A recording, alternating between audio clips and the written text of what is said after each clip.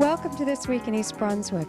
This week, an interlocal agreement between the Township and East Brunswick Public Schools was signed, and State Senator Jack Sinagra and Assemblyman Jeff Wersh spoke about the impact of the Quality Education Act on the 18th District. We'll have these stories and more, including a description of some unusual flowering plants from Pegi Ballister House, and a summary of the Town Council meeting held Tuesday night. But first, here's a look at next week's schedule on Channel 8. Start the week with some standard conditioning Monday morning at 10 with Lenore Kulik. That's on Look Great, Feel Great. At 10:30, Carol Phillips reads stories to preschoolers on Stories from the Library. Tuesday night at 7, Stuart Davis looks at how our township parks enhance the value of real estate in East Brunswick on Real Estate Quarterly.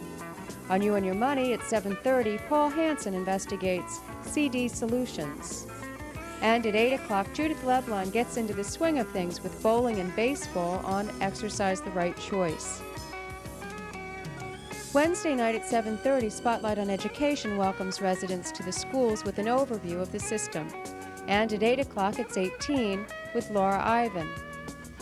Thursday night's lineup includes This Week in East Brunswick at 7 and 8, Let's Talk Health at 7:30, and at 8:30, a half-hour special with Pegi Ballister House. Pegi explores the alternatives to leaving your cut grass curbside with representatives from local, county, and state government. For reruns of the week's programming, see Saturday's schedule on the Community Bulletin Board. Suburban school districts like South River and East Brunswick are among districts statewide that may lose millions in state education dollars under Governor Florio's Quality Education Act. At a conference held at the East Brunswick Board of Education building Tuesday, Senator Jack Sinagra and Assemblymember Jeff Wersh said huge cuts in state aid, coupled with increases in property taxes, will devastate suburban schools, citing estimates prepared by the nonpartisan Office of Legislative Services. Estimates prepared by the Office of Legislative Services, and this is a nonpartisan professional group, for the next school year indicate the consequences of the Quality Education Act are going to be disastrous. If we leave Q.E.A. intact, we have a choice to raise taxes dramatically and put an incredible burden on our economy and our municipalities, or gut middle-income school district programs with aid cuts totaling $234 million.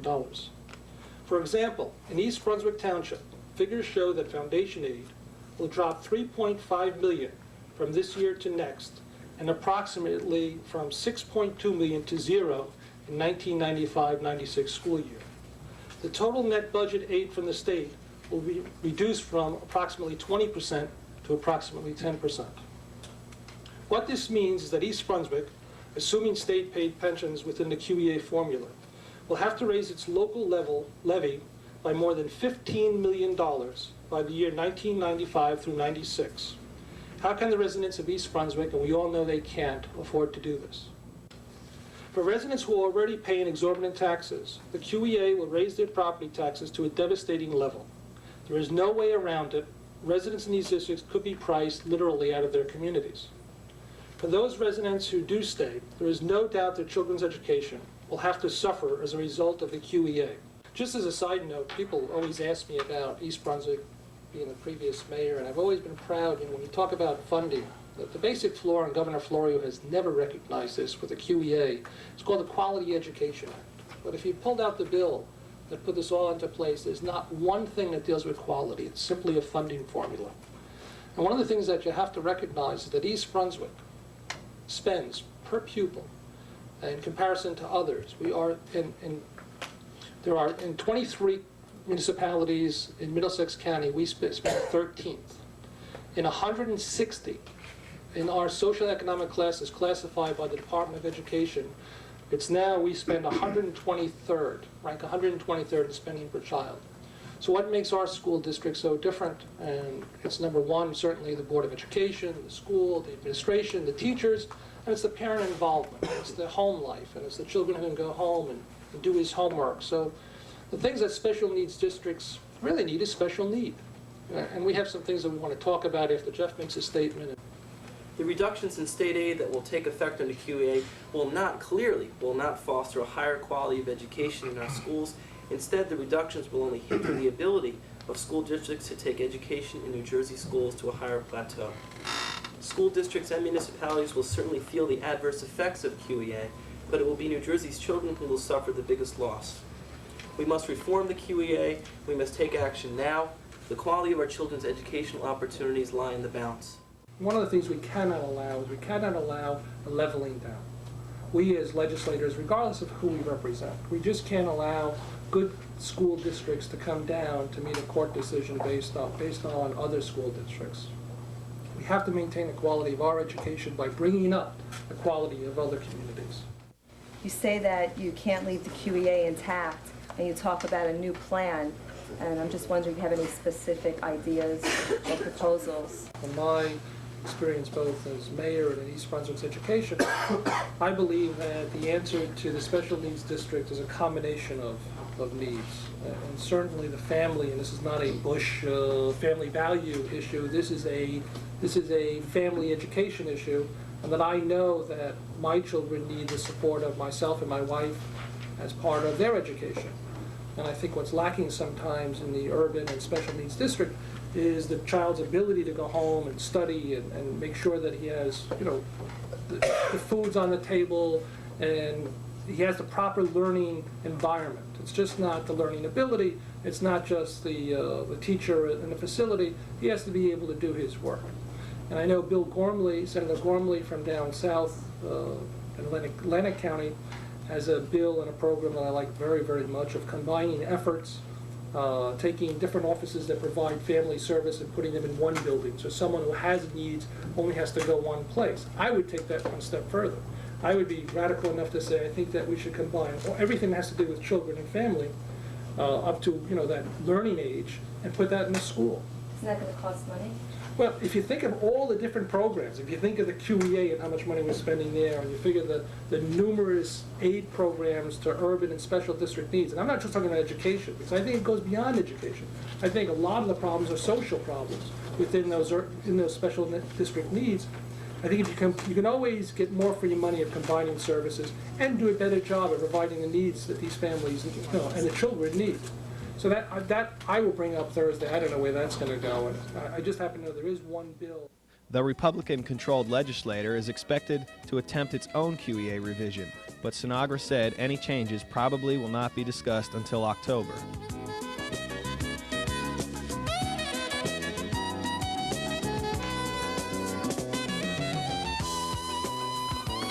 Hi, I'm Pegi Howell. Here at Blooming Acres, we try extra hard to get things that bloom that maybe you're not so familiar with. I have three very special things to show you today. To start off with, we have this beautiful blue-flowered perennial.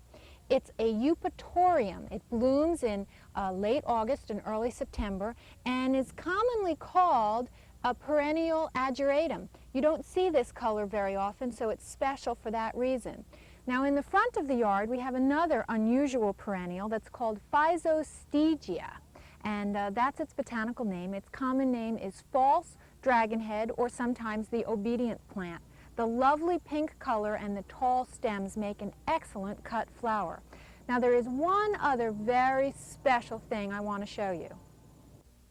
I first became familiar with this beauty while reading novels about the Civil War. It's a southern species and it's called the crepe myrtle. It's really considered only hardy to zone 7. Now in central Jersey we're sort of borderline between 6 and 7, but I have seen them growing quite well as far north as New Brunswick. They come in shades of pink and sometimes even a red. This one is blooming in late August and will continue to bloom until say the mid, maybe even late September. You can see there's still quite a few buds on it. If it doesn't survive, and if it should die down, we're lucky enough that in most cases it will come up as a bush the following year from the roots and will still bloom. So that's what this one's called, crepe myrtle, and a very special tree. We'll see you next time here at Blooming Acres. Hi, I'm Senator Jack Sinagra, and we're here at Baxter in Raritan Center to illustrate a point. Baxter is moving to New York State, Orange County, taking with it 350 New Jersey jobs and starting a $100 million construction project in New York. You know, the Cold War may be over, but the economic war has just begun. Pennsylvania, New York, and states down south are stealing our jobs, our businesses. Baxter didn't have to move. The problem was we didn't know about it in time to save it. That's why I'm asking you, if you work for a company, if you own a company, if you're considering moving outside New Jersey, please contact my office. The number is on the screen, and we will get involved.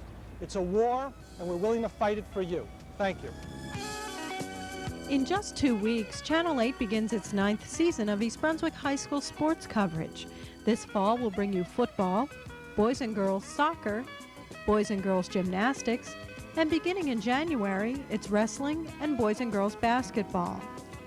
Due to technical limitations, we cannot cover the remaining varsity sports, but beginning this season, we'll provide periodic updates on these teams as well as interviews with the coaches. Today, we'll take a look at boys and girls cross country, field hockey, and girls tennis. Can you tell us a little bit about this year's team? We're looking to do a little better than we did last year. Last year we had a 5-3 record. Years before that we were 4-4. But in 1988 we had a championship team, and we're trying to get back in the form that we were in at that time. Hopefully we'll be able to score higher in the county meets and the state meets. What does this year's schedule look like? It's basically the same schedule we've had in the past. We opened up with Madison Central, who beat us by a couple points last year. We're hoping to get in good enough shape to beat them in the first meet. Cedar Ridge is always the hardest, or the toughest team that we go against. They've been state champs, county champs for the last 6 years. St. Joseph's is always a powerhouse, so we're mainly concerned with them. The other teams, we should score handily against a lot of the other teams, and a couple of the meets will be close. But hopefully we're looking for a super season. When generally are your meets? What time of day? We have home and away meets. We have about 8 to 9 meets. Half of them are here at the school. They start at around 4 o'clock, 3:45, 4 o'clock. The teams come, they warm up, they get here about 3:15, and away we go at 3:45. What are some of the strengths of this year's team compared to other teams? We have some good experienced runners. We have Zoltan Malega, who can do miles and miles. We're hoping that he's improved over the summer. We have Mike O'Reilly, who's going to be a junior. He's, I'm sure, a lot stronger. He's indicated to me that he's run lots of miles this summer. He's run up 2-hour runs, which is equivalent to 15 miles. I think the athletes in general are going to be a lot stronger and going to beat a lot of their times that they had last year. Okay, Coach, so far this is the first day of practice that we've been taping today. What can you tell about the team so far? Well, a lot of the girls are suffering from the heat right now because it's miserably humid and hot. You can tell right away how many girls are running during the summer or not. We had a couple girls finish the whole course today. A couple had to stop and walk, but considering the weather, it's understandable. A lot of new faces. We have a good core of returning girls from last year, letter winners. I expect a lot from them. Some girls haven't shown up yet because they're still on vacation, but I expect by next week everybody will be here. But we have a lot of numbers. Numbers are very important because through attrition, by the end of the season, you hope you have enough to finish a race. But now we have around 14 girls, which is pleased to see. Not any freshmen so far, which is surprising. We usually have about 4 or 5 freshmen. How about the upcoming schedule? Any tough competition this year? Absolutely. The Red Division is very, very packed. Our first meet is on the 22nd with Madison Central. My longtime nemesis, Walt Miller, has always been very, very tough for us. And we hate to start the season, but it gives us some goal to shoot for. Of course, we have Piscataway's tough, Sayreville, Woodbridge is very good, Edison's always very good, and it's a real tough schedule this year. In addition, we have a couple invitationals, the Blue Ribbon Invitational, and we might sign up for a couple of other ones, the New Jersey Track Classic. In early September, we might do that also. So it's a pretty heavy schedule. Okay, and speaking about the schedule, when usually are your meets? They usually, our dual meets are during the week, usually Tuesday, Wednesday, or Thursday. Our invitational, state, and county meets are on weekends. Times, we usually start around 4 o'clock. We have about 3 home meets, the rest are away. We run at various parks, Thompson Park, Roosevelt Park, and Homedale. We also run in Homedale Park. Okay, good luck to you and your girls this year. Thank you very much. Okay, Coach, I know this is your first day of practice, but so far, what can you tell about the girls in the upcoming team? Okay, entering my 12th year of coaching, I'm very cautiously optimistic this year. Our program has developed as such that we've had kids starting as 9th graders, and my original group of 9th graders, once again, they're now seniors, which we have a lot of, we're coming in with a lot more experience than we have been in the past. So with that in mind, I'm cautiously optimistic. I just told my girls that our season outlook this year is a blank sheet of paper. We don't know what we're going to do. I mean, we have our goals that we set for ourselves, but it's up to us to write in what we want to do, how we're going to do it. So with that in mind, we've had a lot of kids participate over the summer through the recreation department. We've run a summer league, and we've done that for, I think, about 10 years. And that was fun. We started that with 2 or 3 kids, and this year we had 40-odd kids there. We had 3 to 4 coaches during the summertime help us out. So we have a lot more kids starting younger, a lot more kids taking a commitment to the program and not just looking at it as an activity to do, okay, which I would have to say that's where I'm optimistic. Our level is bumping up. We have a few kids who are exceptional this year, and we're looking for them to have a big year.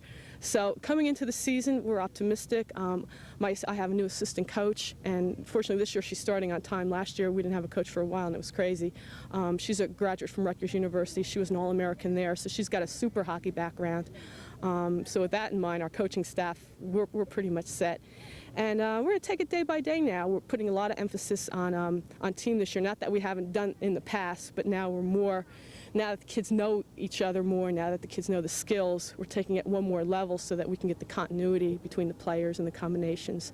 Off the top of your head, can you tell who's going to be the tough competition this year and what might be a little easier for you? Once again, South Plainfield High School, they've been reigning GMC champs for the past how many years, so they're going to be tough. Sayreville High School last year, who's our opening game, all right, they were second last year in the conference, and they have a good program coming back.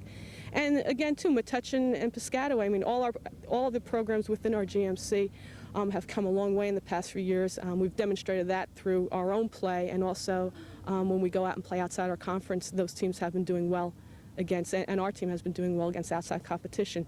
So our conference looks very strong this year. Again, any day, any given day, anyone can win, all right, and demonstrated by our scores we've had in the past, like South Plainfield lose 1-0, So everything's close. I don't see any real blowouts amongst anyone this year.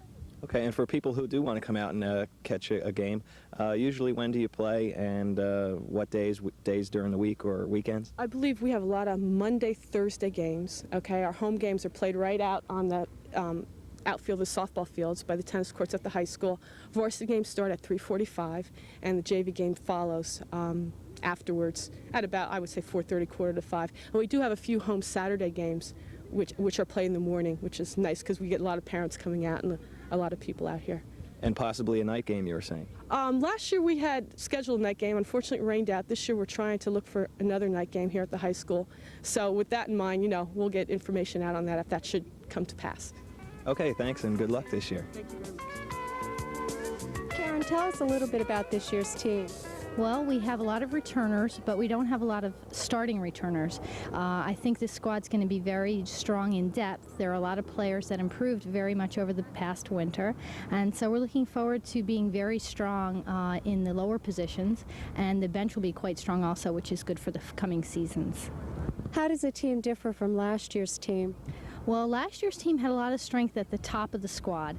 Although our doubles did very well, we had a lot of returning veterans that took over the first 3 positions, and from a team leadership standpoint, that turned out to be very important.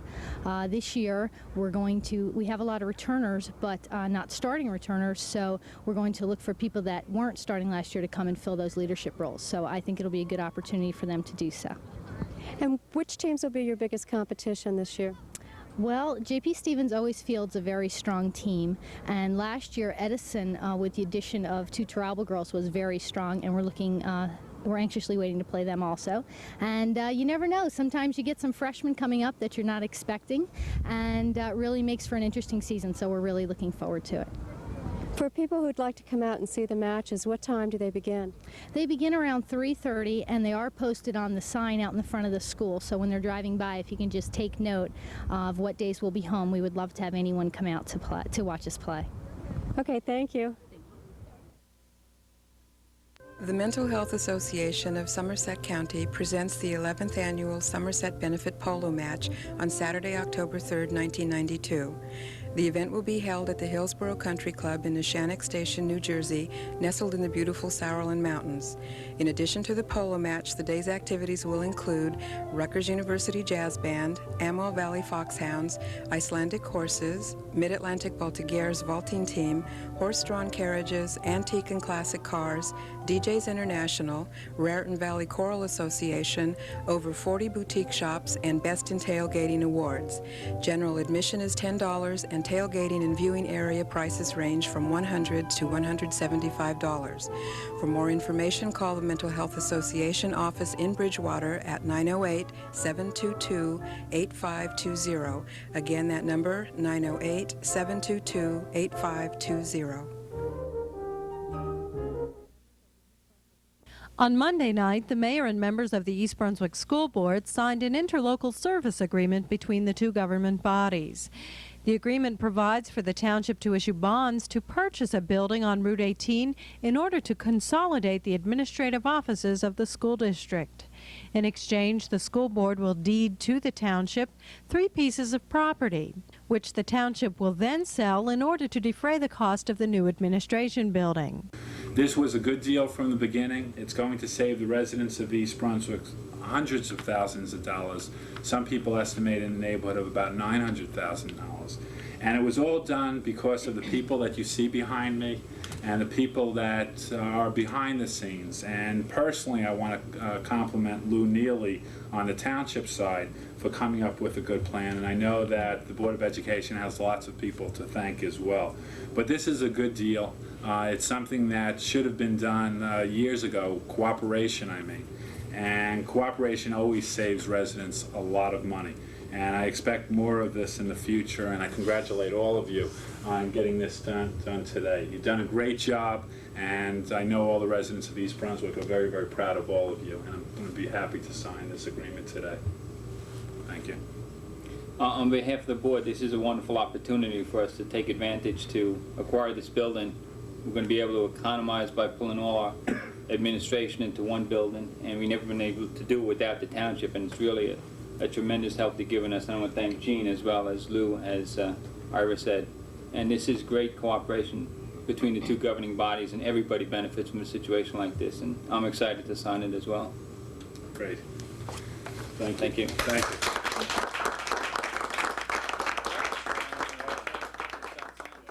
The new building is across the Old Bridge Turnpike from Chittick School and is costing the township $900,000.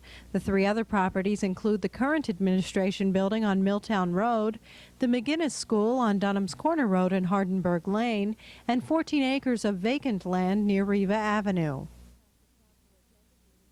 At Monday night's Township Council agenda meeting, the mayor presented a proclamation to the East Brunswick Little League 10-year-old All-Star team. The proclamation recognizes and honors them as being the only East Brunswick All-Star team to win a championship at the first annual East Brunswick Summer All-Star Tournament in July.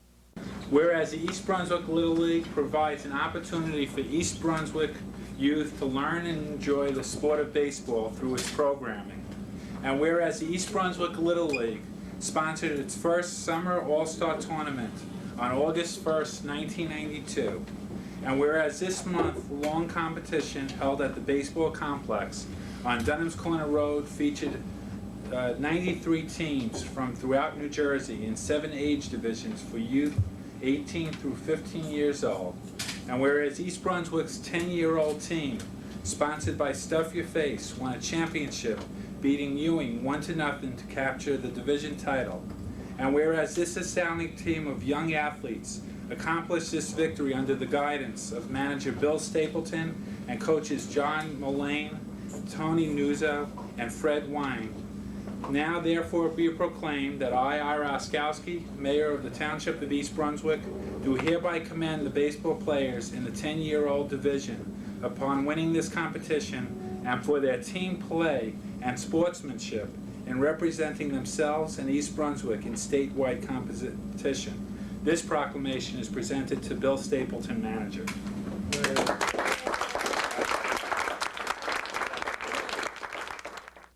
The East Brunswick 10-year-olds never lost a game in the tournament and also participated in 7 other tournaments in New Jersey this summer.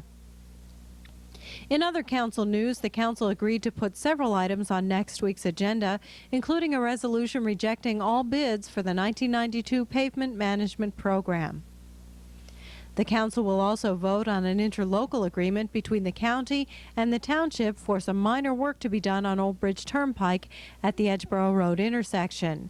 The work will be done in conjunction with the upcoming reconstruction of the Route 18 Edgeboro Road intersection. Township Attorney Bertram Bush also commended Mayor Oskowski's efforts in his negotiations with TKR Cable. Last year, TKR Cable asked the council for permission to run cable through East Brunswick on Tice's Lane. The mayor and council rejected the request because they felt the township should be compensated for special police costs and traffic problems. The mayor was able to successfully negotiate the compensation. That's all for now. Thanks for watching.